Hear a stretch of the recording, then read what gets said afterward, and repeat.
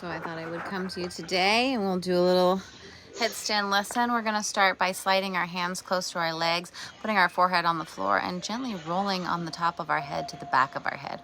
We are not putting a lot of weight on our neck. We're really just warming up our neck. Next step, we're gonna clasp those hands together. We're gonna tuck the pinky underneath so that it is not getting stuck. And then we're gonna put our forehead onto the floor, roll onto the top of our head. And then we are going to lift with our shoulders, bringing our head up and down, up off the floor. We wanna make sure that there is no space or gap in our wrist. We wanna have as much surface area contact from the pinky to the elbow. The whole thing is gonna help us stabilize and keep us nice and strong. Next thing, we're gonna put our hands next to our knees, roll from our forehead to the top of our head. We're gonna find that perfect place on the top of our head, and then we are just going to start by putting weight in our feet and beginning to straighten and bend our legs. When that feels comfortable, we can bring one leg in and reach it up. The more we come into a small shape, the easier it's going to be. When that feels easy, we can start lifting one leg at a time. I bent that leg because I'm running out of space over there, but we're trying to keep that nice and straight, and then we can practice bringing those knees into a tuck. This is just a little beginner series for you. I want to make sure that I'm really staying long on the back of my head. I don't want to be on my forehead. I don't want to be in the middle of my head.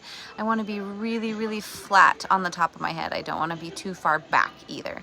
Really nice and square where your flattest part of your top of your head is in your own body.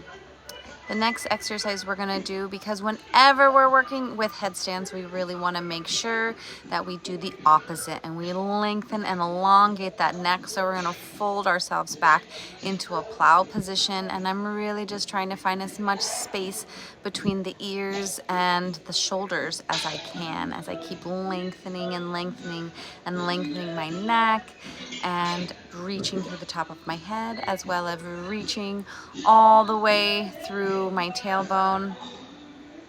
Here I am just cueing again, length through the neck, reaching through the top of the head, trying to breathe as much as possible. And I do have my chin tucked a little bit. If you untuck the chin, you will open the airway and it will be a little bit easier to breathe. You can lengthen through the legs, you can bring the knees by the ears, and then you can start the whole series again, bringing the knee in and reaching it up, bringing it in and reaching it down. When that feels comfortable, reaching it up and reaching it down. And you can do multiple reps of each of these exercises.